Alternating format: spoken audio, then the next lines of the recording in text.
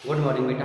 देखो बेटा, ये जो वीडियो है ये कक्षा 10 के लिए है। 10th में हमने आपको क्या पढ़ाया था बेटा? हमने पिछले वीडियो में आपको हमने इसके बारे में ओम शिला के बारे में बताया था। किसके बारे में बताया था बेटा? ओम का नियम। अगर बच्चों को याद होगा तो हमने यहाँ तक बता दिया था ओम का नियम। ओम का नियम इंग्लिश में क्या बोलेंगे? Ohm's law. ठीक है बेटा, ओम्स लॉ के बारे में हमने आपको यहाँ तक क्या कर दिया था बेटा?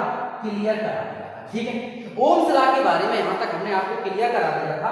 और इसमें हमने क्या क्या बताया था?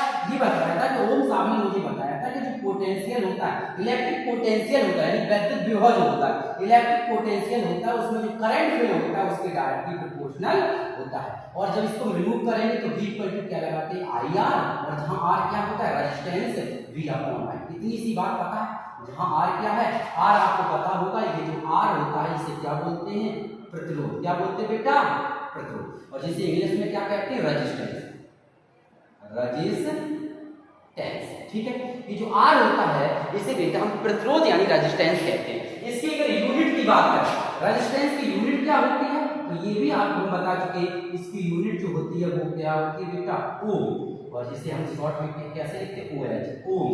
और इसका सिंबल हमने कैसे बताया था? इस तरह से कहा था, जब भी हम ओम को डिफाइन करेंगे, ओम को डिनोटेट करेंगे तो ये सिंबल के द्वारा डिफाइन करेंगे। ठीक है, इतनी चीजें हम लोगों ने पढ़ रखी थी। किसके बीच में? क्या? ओम शिला, ओम के नियम के बीच इतनी चीजें हम लोगों ने पढ़ रखी थी। ठीक है, एक हमारा हम ऐसे बोल सकते हैं कि एक सर्कल वो आता है ग्राफ। क्या आता है बेटा? इससे रिलेटेड हम ग्राफ बताते हैं, छोटा सा कभी पूछ देता है ग्राफ। अभी पूछा गया था ग्राफ शायद 2012 नहीं 2020 का 2020 का जो 10th का पेपर आया था यहाँ अपने यहीं अपने औरैया जिला का 2020 का मॉडल पेपर उठा के देखना बेटा। औरैया जिला में उससे पूछा गया था कि V और I के बीच ग्राफ कैसा होता है। किसके बीच बेटा? V और I। V और I के बीच ग्राफ क्या पूछा था बेटा? V और I के बीच हमसे ग्राफ पूछा गया था। कौन सी सन में आया था देख लेना। 2020 का जो 2020 का सेट आया था कहाँ? औरैया जिला का, देख लेना। उसमें ये पूछा गया था कि V और I के बीच ग्राफ कैसा होता। तो ये ग्राफ पूछा जाता है बेटा तो कैसा होता है? देखो यहां से बनता है बेटा, इसलिए बनता है। ठीक, V और I के बीच ग्राफ खींचते कैसे हैं? ये हमारा मिडिल पॉइंट होता है। ये हमारी कौन सी एक्सिस होती है? सब लोगों को पता है, ये हमारी y एक्सिस होती है। कौन सी एक्सिस होती है? ये हमारी y एक्सिस होती है। ये हमारी कौन सी होती है? ये हमारी x एक्सिस होती है।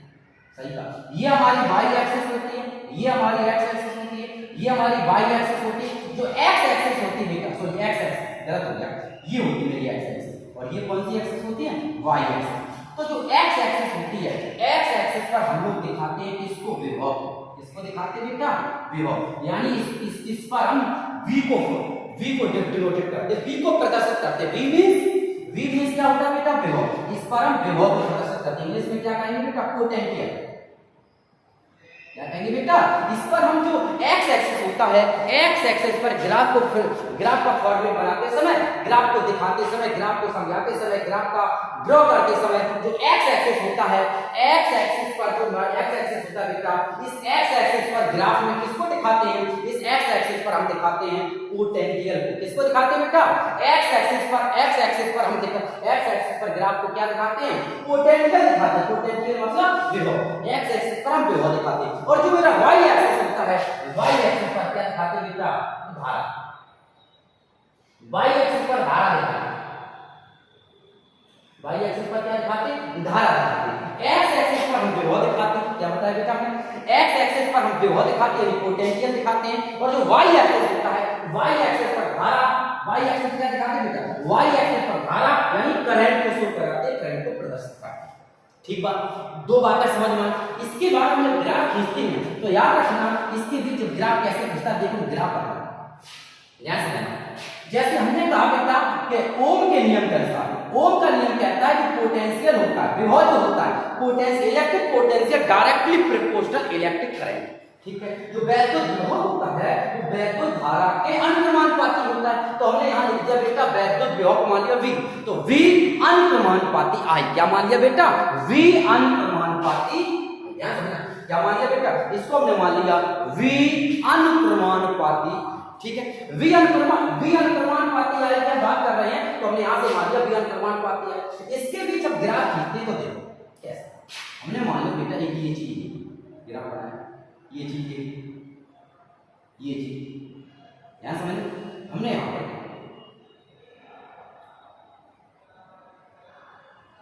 ठीक ये देखा, और ध्यान समझना, हमको समझाना, अगर समझना चाहो तो समझाना।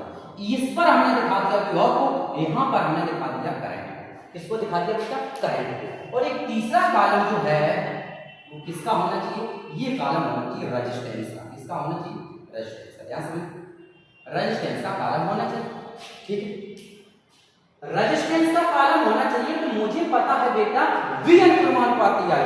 अगर यहाँ से बोले तो क्या होगा, तो अगर हम इसको लिखें V बराबर क्या लिख सकते हैं बेटा? I R। क्या लिखेंगे बेटा? ध्यान समझना, V अनुक्रमानुपाती आई यानी V directly proportional small I, V equal to I R। इसका मतलब है ये जो R है, R हमारा क्या है बेटा? कांस्टेंट। क्या मानेंगे? कांस्टेंट।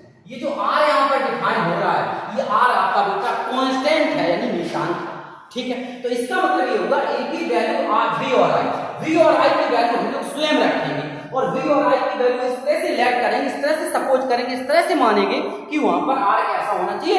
कांस्टेंट ही होना चाहिए। जैसे हमने V की वैल्यू मान ली 4, I की वैल्यू मान ली 2, क्या मान लेंगे बेटा? 2। तो यहां से अगर R फाइंड करेंगे तो R इक्वल टू होगा V अपॉन, क्या होगा बेटा? R equal to V upon I। तो यहां से अगर V अपॉन I निकालोगे, V में 4 का 2 का भाग दोगे तो आंसर कितना आएगा? 2। अगर हमें इसकी वैल्यू हमने 8 मान ली तो इसकी वैल्यू मुझे कितनी रखनी पड़ेगी? 4। क्यों? अगर 3 रखेंगे तो डिवाइड नहीं होगा, ना तो फॉल आएगा। जब 4 रखेंगे 4 दूनी 8 कितना आएगा? 2। क्यों? क्योंकि ये जो लाइन है, इस लाइन को, इस रेजिस्टेंस को कैसा होना चाहिए? कांस्टेंट। जितने भी कॉलम है, जितनी भी वैल्यू V और I की आप सपोज करेंगे, वो सारी वैल्यू सपोज कर सकते हैं, लेकिन इस बात का ध्यान रखेंगे कि R जो है, रेजिस्टेंस जो है, प्रतिरोध है, वो कैसा होना चाहिए? वो हमेशा कांस्टेंट होना चाहिए इस सिचुएशन में, ठीक है। तो इसकी वैल्यू 8, इसकी वैल्यू 4, सितारे दो 8, इसकी वैल्यू हमने 12 मान ली, तो इसकी वैल्यू कितनी माननी पड़ेगी? 6, इसकी वैल्यू 16, तो इसकी वैल्यू 4, इसकी वैल्यू 2, तो इसकी वैल्यू 1। सही है। सबको डिवाइड करके देखो आंसर आपका आएगा नहीं। सबको अगर डिवाइड करके देखो तो आंसर कितना आएगा? आंसर प्रत्येक जगह पर 2 आएगा। कितना आएगा बेटा? 2 आ रहा है। हमने जितनी भी वैल्यू मानी, इस बात का ध्यान रखा कि इन सभी में R कैसा है? कांस्टेंट। कैसा है बेटा? बात समझ में? R की वैल्यू कैसे बेटा? कांस्टेंट।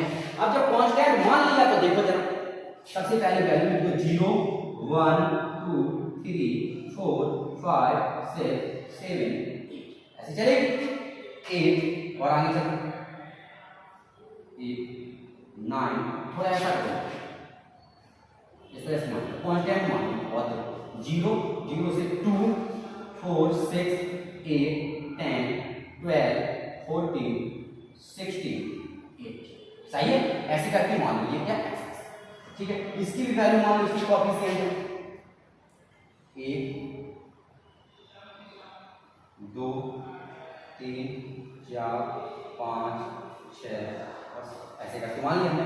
अब देखो सबसे पहली वैल्यू कितनी होनी चाहिए? सबसे पहली वैल्यू होनी चाहिए 4 2। कितनी होनी चाहिए? सबसे पहली वैल्यू होनी चाहिए बेटा 4 2, यानी V की वैल्यू 4 और I की वैल्यू 2। तो I की वैल्यू 2 ये और V की वैल्यू 4 ये, तो दोनों का कहां पर कॉम्बिनेशन होगा? ये इधर जाएगा और ये इधर जाएगा। एक पॉइंट होना चाहिए। फिर होना चाहिए 8 4। 8 4 का मतलब V की वैल्यू 8, तो 8 कहां रहा? 8 ये और 4 ये, तो इसका मतलब है कहां होना चाहिए? I की वैल्यू 2 आनी चाहिए। अच्छा, इसकी वैल्यू 4, अच्छा इसकी वैल्यू 4, इसकी वैल्यू 2, तो पहला आपका होना चाहिए, पहला कहां होगा? ये, तो पहला आपका ये होगा। देखो ये है, इसकी वैल्यू 4 और इसकी वैल्यू 2, तो पहला पॉइंट ये आ गया। दूसरा पॉइंट आएगा 8 4, तो 8 हमारा ये हो गया, 4 हमारा ये हो गया, तो 8 ये हमारा 4 रहा और ये हमारा क्या रहा? ये एक वैल्यू आप कीजिए। फिर होगा 12 12 16, तो 12 कहां रहा? ये रहा, और 6 कहां रहा? ये रहा, ठीक। एक पॉइंट मेरे पास निकल गया। फिर आएगा 16 16 कहां रहा मेरे पास? ये रहा। 68 कहां रहा? 8 मेरे पास ये रहा, ठीक है। और फिर आ 2 1, तो 2 कहां रहा? 2 1 कहां रहा? 2 ये रहा, 1 ये रहा, ये रहा, ठीक है। अब जब ध्यान से देखो यही तो रहा। अगर हम इसको यहां पर ड्रॉ करें तो ड्रॉ कैसे करेंगे? देखो जरा ध्यान से, इसको अगर ड्रॉ करें तो इस तरह से जा रहा है या नहीं जा रहा? हमने यहाँ पर बहुत ध्यान से तुम्हें ग्राफ को बेटा समझाया है। यहाँ पर अगर ड्रॉ करें, इन दोनों के पॉइंट ले लें, तो यहाँ पर ड्रॉ करें तो ड्रॉ करने से देखना जो हमारा बीच का जो ग्राफ था V और I के बीच कैसा बन रहा है बेटा, एकदम सीधी लाइन बना के दिखाया। याद नहीं कराया कि सीधा होता है, क्यों? सामने दिख रहा है। कैसा होता है बेटा? सीधी लाइन होता है। तो याद रखना V और I का जो ग्राफ होता है कैसा होता है? ग्राफ V और I का जो ग्राफ होता है वो कैसा होता है बेटा? एक सरल रेखा होती है। कैसी होती है? सरल। V और I का जो ग्राफ होता है बेटा, V और I के बीच खींचा गया ग्राफ एक सरल रेखा होती है। इंग्लिश मीडियम वाले बोलेंगे straight line of graph, straight line of graph, straight line of graph, straight line of graph VI। सही, straight line of graph VI। V और I के बीच जो ग्राफ होता है वो कैसा होता है? V और I के बीच जो ग्राफ होता है वो एक स्ट्रेट लाइन होती है। कैसा होता है बेटा? V और I के बीच जो एक स्ट्रेट लाइन ग्राफ होता है वो कैसा होता है? एक स्ट्रेट लाइन होती है, सीधी रेखा होती है। क्लियर बात समझ में आई? ठीक है, ये तो इसलिए हमने तुमको इतना समझाया। तो याद रखें कि V और I के बीच ग्राफ पूछा जाए तो हम कह सकते हैं कि ये इंटरलेवल का है। ठीक है बेटा, तो V और I के बीच जब ग्राफ खींचेंगे तो कैसी लाइन बनती है बेटा? स्ट्रेट लाइन बनती है। अब ओम का नियम हमने पूरा कंप्लीट कर लिया। ओम के नियम से दो तरह के क्वेश्चन और बनते हैं। ओम का नियम क्लियर हो गया। ओम के नियम के बाद आते हैं कि ओम के नियम के द्वारा ही दो बनता है। एक हमारा प्रतिरोध के ऊपर बनता है, एक हमारा होता है बेटा ओमिक प्रतिरोध। क्या होता है? ओमिक प्रतिरोध। ओमिक प्रतिरोध और एक होता है अनोमिक। अनओमिक। प्रश्न आता है बेटा कौन सा प्रतिरोध होता है, कब उसको हम ओम का नियम, कब उसे ओमिक प्रतिरोध कहते हैं और कब उसे अनओमिक प्रतिरोध कहते हैं। ओमिक और अनओमिक प्रतिरोध कब कहते हैं? ओमिक और अनओमिक प्रतिरोध।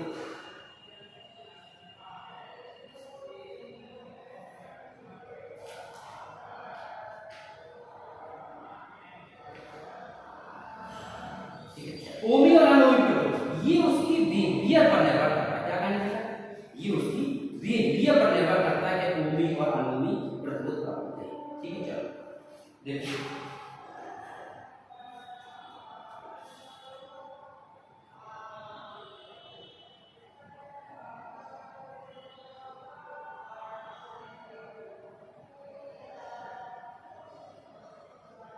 चलो ओमिक और अनओमिक प्रतिरोध की हम बात करते हैं। हाँ देखो बेटा, तो हम किसकी बात कर रहे थे कि ओम का नियम, ओम से लॉ कौन होते हैं। तो इस पर अकॉर्डिंग हमारे दो तरह के क्वेश्चन बनते हैं कि कौन सा ऐसा होता है जिसे ओमिक प्रतिरोध, इसी को बोलते हैं ओमिक रेजिस्टेंस। क्या कहते हैं बेटा? Ohmic resistance. और एक होता है अनओमिक प्रतिरोध, माने नॉन ओमिक रेजिस्टेंस। ठीक है, एक ओमिक रेजिस्टेंस, एक ओम रेजिस्टेंस होता है और एक होता है अनओमिक रेजिस्टेंस। तो ये होते क्या है? सुनो, ओमिक प्रतिरोध का मतलब होता है, ओमिक जो रेजिस्टेंस होता है उसका मतलब होता है बेटा ऐसा प्रतिरोध, ऐसा परपथ जिसमें जो प्रतिरोध होता है, रेजिस्टेंस होता है वो एक नियत रहता है। ऐसा परपथ जिसमें प्रतिरोध नियत रहता है, अर्थात ऐसा सर्किट जिसमें रेजिस्टेंस कांस्टेंट होता है उसे हम ओमिक प्रतिरोध, ओमिक रेजिस्टेंस कहते हैं। ठीक है, कांस्टेंट का मतलब अभी हमने तुमको ग्राफ बना के दिखाया था, उसमें प्रत्येक जगह पर हमने किसको कांस्टेंट माना था? रेजिस्टेंस। वहां पर प्रतिरोध को हम क्या मान के चले थे? प्रतिरोध को हम जो कांस्टेंट यानी नितांत मान के चले थे वहां प्रत्येक जगह पर। तो कहने का मतलब है ऐसा प्रतिरोध जिसमें प्रतिरोध, ऐसा परपथ जिसमें ओम का नियम का पालन करता है, ऐसे ही बोल सकते हैं हम लोग बेटा, ऐसा प्रतिरोध ओम के नियम का पालन करता है। ऐसा कोई सर्किट है, ऐसा लॉ है जो ओम्स लॉ है, ओम्स लॉ के जो रूल है, ओम्स लॉ का जो रूल है उसका फॉलो करता है तो उसे कहते हैं ओमिक प्रतिरोध, ओमिक रेजिस्टेंस कहते हैं। और जो ओम के नियम का पालन नहीं करता है उसे हम अनओमिक प्रतिरोध कहते हैं। जो बात समझ क्या बताया बेटा? वह प्रतिरोध, वह रेजिस्टेंस, वह प्रतिरोध, वह प्रतिरोध, वह परपथ जो ओम के नियम का पालन करता है उसे ओमिक प्रतिरोध कहते हैं। जो ओम के नियम का पालन नहीं करता उसे अनओमिक प्रतिरोध कहते हैं। इंग्लिश मीडियम वाले बच्चे याद रखें, ओमिक रेजिस्टेंस कौन सा होता है? जो ओम्स लॉ होता है, ओम्स लॉ का जो रूल है, ओम्स लॉ के रूल का फॉलो करता है। ओम्स लॉ है, उस ओम्स लॉ के रूल को फॉलो करता है उसे ओमिक रेजिस्टेंस, और जो ओम्स लॉ के रूल को फॉलो नहीं करता है उसे हम अनओमिक रेजिस्टेंस कहते हैं। क्या कहते हैं बेटा? उसे हम अनओमिक रेजिस्टेंस कहते हैं। क्या कहते हैं बेटा? अनओमिक रेजिस्टेंस कहते हैं। ठीक बात, अनओमिक रेजिस्टेंस कहते हैं, अनओमिक रेजिस्टेंस कहते हैं। दो बातें क्लियर है। इसके बाद आता है बेटा, ये तुम्हारी छोटी छोटी बातें हो गई, ओमिक प्रतिरोध और अनओमिक प्रतिरोध। इसके बाद हमारा छोटा सा टॉपिक आता है बेटा, ऐसा कौन सा पर्वत है, ये सॉरी, इसके बाद आता है जो प्रतिरोध है, प्रतिरोध पर कौन कौन सी, यानी प्रतिरोध कहने का मतलब है प्रतिरोध,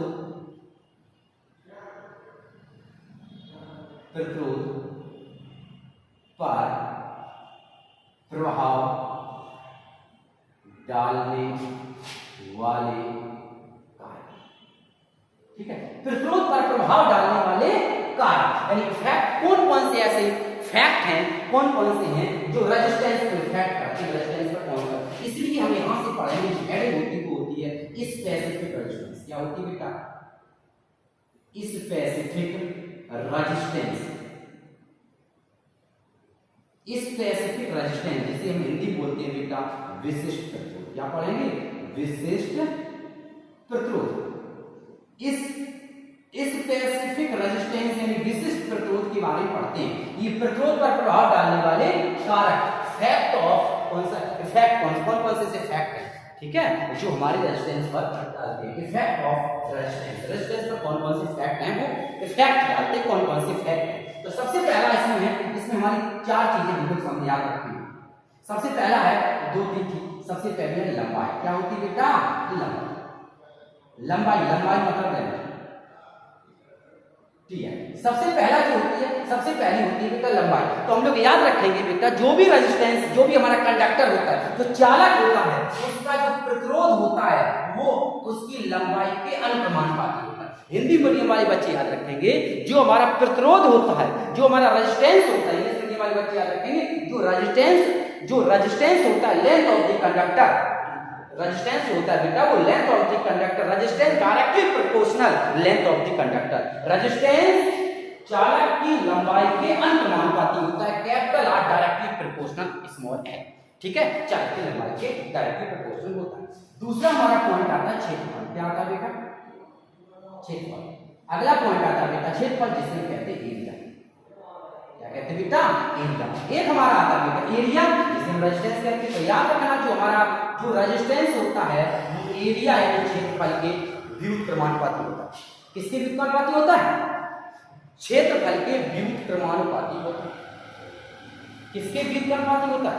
क्षेत्रफल के व्युत्क्रमानुपाती होता है। क्लियर बात है बेटा? किसके व्युत्क्रमानुपाती होता है? क्षेत्रफल के व्युत्क्रमानुपाती होता है। यानी इंग्लिश में ये कह सकते हैं बेटा कि जो हमारा रेजिस्टेंस होता है, रेजिस्टेंस जो होता है बेटा, वो जो एरिया, उसका जो एरिया होता है, किसका, तार की जो मोटाई होती है, एरिया रेजिस्टेंस एरिया के इनवर्सली प्रोपोर्शनल होता है। इंग्लिश मीडियम वाले बच्चे क्या याद रखेंगे कि एरिया जो होता है, जो आपका इलेक्ट्रिक रेजिस्टेंस होता है, electric resistance inversely proportional area, inversely proportional किसके? इलेक्ट्रिक रेजिस्टेंस जो होता है वो एरिया के इनवर्सली प्रोपोर्शनल होता है। ठीक है, अगला हम पॉइंट याद रखेंगे, थर्ड नंबर पॉइंट याद रखेंगे क्या? धातु की प्रकृति। क्या कहेंगे? धातु की क्या कहेंगे बेटा? प्रकृति। ठीक है, धातु की प्रकृति, नेचर ऑफ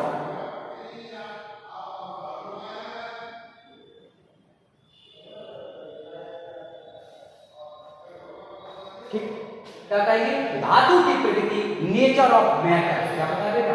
धातु की प्रकृति, क्या बताया बेटा? धातु की प्रकृति, नेचर ऑफ मेटल्स। ठीक है, धातु की जो प्रकृति होती है, नेचर ऑफ मेटल्स होता है, उसको क्या बताया हमने?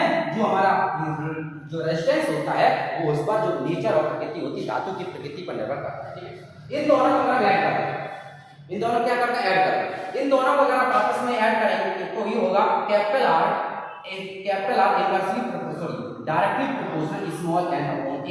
तो ये हो जाएगा कैपिटल आर इक्वल टू, यहाँ पर कोई ना कोई कांस्टेंट अप्लाई करेंगे, कांस्टेंट अप्लाई करते हैं रो, ये हो जाएगा आपका एल अपॉन ए। ये बन जाता है बेटा रो इक्वल टू हो जाएगा आर ए अपॉन एल। ये जो रो होता है यही लिखते हैं, रो जो होता है इसी को हम लोग बोलते हैं स्पेसिफिक। क्या बोलते हैं? स्पेसिफिक, इसी को हम लोग बोलते हैं बेटा स्पेसिफिक रेजिस्टेंस। क्या बोलते हैं? Specific resistance. इसी को हम लोग विशिष्ट प्रतिरोध कहते हैं। क्या कहते हैं बेटा? विशिष्ट प्रतिरोध कहते हैं। सही है। इसको यहाँ जो हमने कांस्टेंट लगाया, ये जो रो जो होता है, रो कांस्टेंट, ये रो जो है इसको हम लोग विशिष्ट प्रतिरोध यानी ये विशिष्ट प्रतिरोध यानी स्पेसिफिक रेजिस्टेंस कहते हैं। ये किस पर निर्भर करता है? प्रश्न आता है किस पर निर्भर करता है? तो याद रखना रो, क्योंकि लंबाई के लिए L यूज कर दिया, उसके क्षेत्रफल के लिए एरिया के लिए A यूज कर दिया। लेकिन जो हमने धातु की प्रकृति बताई, नेचर ऑफ मेटल्स बताया, धातु की प्रकृति, नेचर ऑफ मेटल्स, इस धातु की प्रकृति के लिए हम इसको यूज करते हैं, रो को यूज करते हैं। इस रो को हम लोग विशिष्ट प्रतिरोध यानी स्पेसिफिक रेजिस्टेंस कहते हैं। तो ये जो रो होता है, ये जो विशिष्ट प्रतिरोध होता है, किस पर निर्भर करता है? ये धातु की प्रकृति पर निर्भर करता है। याद रखना बेटा, बहुत अच्छा क्वेश्चन है। विशिष्ट प्रतिरोध ना तो चालक की लंबाई पर निर्भर करता है, ना अनुप्रस्थ काट के क्षेत्रफल पर निर्भर करता है, मतलब ना तो उसकी लेंथ पर निर्भर करता है, ना उसके एरिया पर निर्भर करता है। किस पर करता है? नेचर ऑफ द मेटल्स, धातु की प्रकृति पर निर्भर करता है। किस पर निर्भर करता है? धातु की प्रकृति पर निर्भर करता है। ये तो हमने आपको विशिष्ट प्रतिरोध बताया। ठीक है। इसकी अगर यूनिट की बात करें तो रो इक्वल टू होता है आर का मात्रक क्या होता है बेटा? ओम, क्षेत्रफल का मात्रक होता है मीटर स्क्वायर, लंबाई का मात्रक मीटर, मीटर से मीटर कैंसिल। तो याद रखना रो का जो मात्रक होता है वो होता है बेटा ओम इंटू मीटर। तो विशिष्ट प्रतिरोध होता है, इस विशिष्ट प्रतिरोध का जो मात्रक होता है बेटा वो होता है ओम इंटू मीटर। ठीक है। तो आज की वीडियो में इतना ही, कल फिर मिलेंगे नई वीडियो के साथ। इसमें हमने विशिष्ट प्रतिरोध बहुत सारी चीजें आपको बता रखी हैं। ये लास्ट वाला पॉइंट बहुत याद रखना। कोई पूछे विशिष्ट प्रतिरोध क्या लंबाई और क्षेत्रफल पर निर्भर करता है? नहीं, चालक की लंबाई और क्षेत्रफल पर क्या निर्भर करता है? उसका प्रतिरोध, उसका इलेक्ट्रिक रेजिस्टेंस निर्भर करता है। ठीक है। एक और उसका प्रतिरोध यानी रेजिस्टेंस निर्भर करता है लंबाई और क्षेत्रफल पर। लेकिन विशिष्ट प्रतिरोध स्पेसिफिक रेजिस्टेंस जो होता है वो किस पर निर्भर करता है? नेचर ऑफ द मेटल्स, धातु की प्रकृति पर निर्भर करता है, ना कि लेंथ और क्षेत्रफल पर निर्भर करता है। ठीक है। तो इसी के साथ हम वीडियो को समाप्त करते हैं। कल फिर मिलेंगे नई वीडियो के साथ। तब तक गुड बाय।